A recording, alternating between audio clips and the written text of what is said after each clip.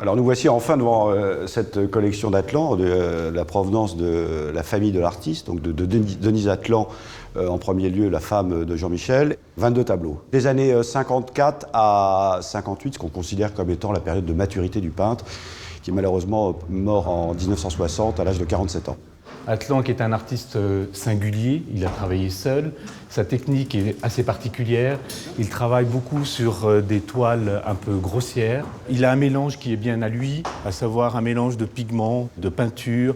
Il a ce qu'on appelle sa propre cuisine. Les formes sont rehaussées par le fait que l'on voit la toile. On a un tableau qui est un tableau phare, qui est celui-là, qui s'appelle Calypso 3. Atlan est donc de Constantine.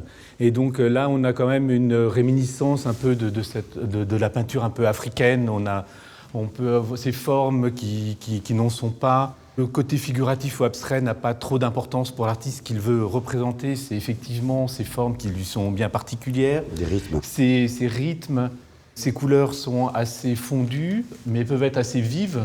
Ce qui permet de reconnaître assez facilement un Atlan. Quand on en a vu un, c'est comme un buffet, on le reconnaît de manière assez facile. Nos estimations pour la plupart des toiles tournent autour de 40 à 80 000 euros. La plus importante est estimée dans les 200 à 300 000 euros, compte tenu de sa provenance, de son format et de sa rareté. Aujourd'hui, c'est un peintre qui est sous-coté, qui est passé très peu en vente, en fait une dizaine de toiles passées en vente par an en moyenne. J'espère que cette vente va faire reconnaître la qualité de l'artiste qui était un petit peu, je dirais pas dans l'oubli, mais un peu à côté du marché actuel des peintres des années 50 de la seconde école de Paris, comme Poliakov, Vieira da Silva et Atlan. Voilà.